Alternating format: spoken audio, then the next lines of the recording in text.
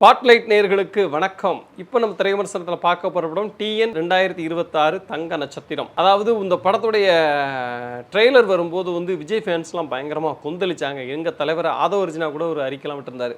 எங்கள் தலைவரை கலாய்க்கிற மாதிரி நீங்கள் படம் எடுத்துறீங்க. உடனே படக்குழு எல்லாரும் விஜய் ஒரு சிங்கம், அவரை எப்படி நாங்கள் இது பண்ண முடியும், அவரை கலாய்க்க முடியுமா, அப்படி இல்லை, நாங்கள் எல்லாரையும் தான் அந்த படத்தில் எல்லா அரசியல் தலைவர்களையும் குறிப்பிட்டிருக்கோம், மற்ற எல்லாரையும் தான் குறிப்பிட்டிருக்கோம் அப்படின்னு சொல்லி அவங்க ஒரு விஷயத்தை சொல்லியிருந்தாங்க. அப்படி என்னதான் இருக்குது அப்படின்னு நம்ம படம் பார்க்க போய் உட்காந்தா எடுத்த உடனே வடநாட்டில் இருந்தால் வர்றாரு ஹீரோ. இங்கே சினிமா வாய்ப்பு தேடி வடநாட்டில் இருந்தால் இங்கே ஹீரோ ஆகிறார். அப்போ நம்ம டக்குன்னு தோணுது, ரஜினியை சொல்லியிருக்காங்க, ரஜினியை தான் பேசியிருக்காங்க அப்படின்னு சொல்கிற மாதிரி நமக்கு ஒரு எண்ணம் தோணுச்சுது.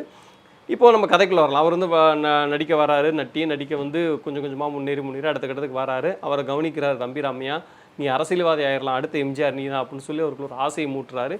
இவர் அரசியலுக்கு வரலாமா அப்படின்ற மாதிரியான ஒரு மனநிலைக்கு வராரு. அப்போ அரசியலுக்கு வரும்போது இவருக்கு சில எதிர்ப்புகள்லாம் வரும் இல்லையா, அந்த எதிர்ப்பெல்லாம் தாண்டி இவர் அரசியலில் நீடிச்சாரா இல்லை பின்வாங்கினாரா அப்படின்றது அந்த படத்துடைய திரைக்கதையாக இருக்குது. நட்டியை பொறுத்த வரைக்கும் ஒரு நல்லா நடிக்கக்கூடிய நடிகர். ஏன்னா நான் ஒரு படம் ஹாட் ஃபாதர்னு ஒரு படம், அந்த படத்தில் நட்டிக்கு நானே மெசேஜ் பண்ணி அவர்கிட்ட பேசியிருந்தேன். என்னென்னா அந்த நிறைய க்ளோஸ்அப் ஷாட் அந்த படத்தில், கிட்டத்தட்ட படம் ஃபுல்லாக க்ளோஸ்அப் ஷாட்டாகவே இருக்கும். ஆனால் எல்லா இடத்துலையும் அவ்வளோ அழகாக நடிச்சிருந்த நட்டி இந்த படத்துலேயும் அப்படியான எனர்ஜியான நடிப்பு கொடுக்க முயற்சி பண்ணிருக்காரு. குறிப்பாக அவர் பேசக்கூடிய அந்த ஹிந்தி டைலாக்லாம் அங்கங்கே நம்மளுக்கு ஒர்க் அவுட் ஆகிட்டே தான் இருந்துச்சு. ஃபர்ஸ்ட் ஹாஃபில் காமெடிலாம் ஒர்க் அவுட் ஆக தான் செஞ்சுது. இன்னும் அந்த காதல் காட்சி, ரொமான்ஸ் காட்சிலலாம் அவருடைய பாடி எல்லாத்தையும் இன்னும் கொஞ்சம் ஒரு சரிப்படுத்திக்கணும் அப்படிங்கிற நம்மளுடைய ஒரு சின்ன வேண்டுகோள்.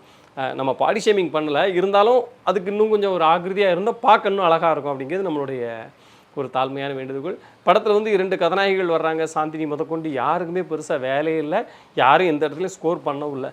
தம்பி ராமையா அங்கங்கே அடிக்கிற பஞ்சு, ஒரு சில இடத்துல அந்த பஞ்சு டிஞ்சு மாதிரி இருந்தாலும் ஒரு சில இடத்துல ஓகேவாக இருந்தது. இளவரசு இந்த படத்தில் காமெடி பண்ண முயற்சி பண்ணியிருக்காரு. ரொம்ப காலத்துக்கு பிறகு நம்ம கிங்ஸ்லியோட காமெடி படத்தில் அங்கங்கே ஒர்க் அவுட் ஆகிருந்துச்சு. அவரோட கேரக்டர் இந்த படத்தில் எழுதப்பட்ட கேரக்டரில் அவரோட கேரக்டர் மேலே எனக்கு ஒரு கூடுதல் இன்ட்ரெஸ்ட் இருந்துச்சு. ரொம்ப சூப்பராக அந்த கேரக்டர் எழுதப்பட்டிருந்தது. நம்ம MS பாஸ்கர் சொல்ல வேண்டாம், அண்ணன் வழக்கம் போல் வர்ற இடத்துலலாம் ஒரு இந்த ஸ்லாங், ஊர் ஸ்லாங்கில் பேசி அங்கங்கே காமெடி பண்ணி சூப்பராக அப்படி கொண்டு போயிடுறாரு. நம்ம சினிமாட்டோகிராஃபர் படத்தை பெரிய பட்ஜெட் படம் கிடையாது, சின்ன பட்ஜெட் படம் தான். ஆனால் பெரிய பட்ஜெட் படம் மாதிரி காமிக்கணுன்ற சவால் அவருக்கு இருந்திருக்கு. அந்த சவாலை ஏற்றுக்கொண்டு ஆங்காங்கே சிறப்பான ஒரு ஷார்ட்ஸ்லாம் கம்போஸ் பண்ணி ஓரளவு மேட்ச் பண்ணிட்டாரு. தர்புகா சிவா தான் இசை. அவர் காதல் படங்களுக்கு ரொம்ப அழகாக இசையமைக்கக்கூடிய ஒரு இசையமைப்பாளர். ரொம்ப அந்த முதலாயின்னு ஒரு இதுக்கெலாம் அவ்வளோ அழகாக பண்ணியிருந்தார்.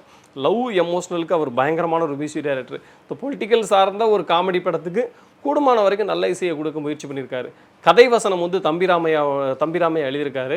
வசனங்களை பார்க்கும்போது சில இடத்துல நமக்கு ஆச்சரியமாக இருந்துச்சு. பரவாயில்லையா, தம்பி ராமையா இப்போ கூட ட்ரெண்டில் இருக்காரு அப்படின்ற மாதிரி தோணுச்சு. அங்கங்கே சில பஞ்செலாம் ஒர்க் அவுட் ஆக தான் செஞ்சுது.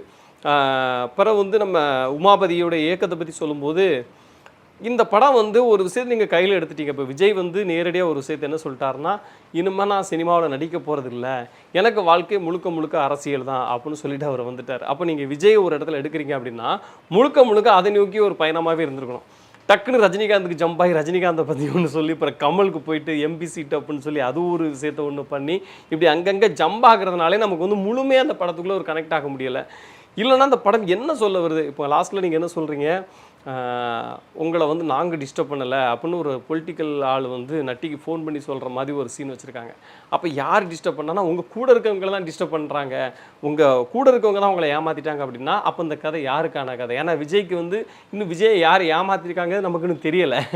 ஒருவேளை ரஜினியை சொல்கிறீங்களா, ரஜினி சார் கூட இருக்கவங்களாம் கெடுக்கிற பார்த்தாங்க அதனால தான் அவர் பின்வாங்கிட்டார் அப்படிங்கிறது சொல்கிறீங்களா அப்படிங்கிற ஒரு தெளிவு இல்லாமல் இதான் அந்த படத்துடைய பெரிய மைனஸாக இருந்துச்சு.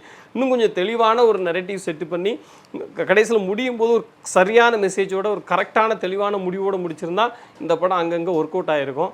அன்ஃபார்ச்சுனேட்லி அதை அவங்க பண்ணலை. இன்னும் பண்ணியிருந்தால் ஒரு நல்ல பொலிட்டிக்கல் ட்ராமாவாக வந்திருக்கும். இந்த படம் ரிலீஸ் ஆகின அதே நாள் தான் நம்ம அமைதிப்படை படமும் ரிலீஸ் ஆகிருக்கு, சத்யராஜோட அமைதிப்படை படமும். அதில் பார்த்தீங்கன்னா பொலிட்டிக்கல் ஷட்டேர் அவ்வளோ ஸ்ட்ராங்காக இருக்கும். அந்த மாதிரியான ஸ்ட்ராங்கான ஒரு கண்டென்ட் கிடச்சும் கூட அதை இன்னும் சரியாக கையாளாமல் விட்டாங்களோ அப்படின்னு நம்மளுக்கு தோணுச்சுது. இருந்தாலும் நீங்கள் கொடுத்த காசுக்கு உங்களை ரொம்ப டிசப்பாயின்மெண்ட் பண்ணாது. ஓரளவு அங்கங்கே சில சிரிப்புகள்லாம் தென்படும். அதனால் ட்ரை பண்ணி பாருங்கள். நன்றி, வணக்கம். இந்த வீடியோ உங்களுக்கு பிடிச்சிருந்தா லைக் பண்ணுங்கள், கமெண்ட் பண்ணுங்கள், ஷேர் பண்ணுங்கள், சப்ஸ்கிரைப் பண்ணுங்கள்.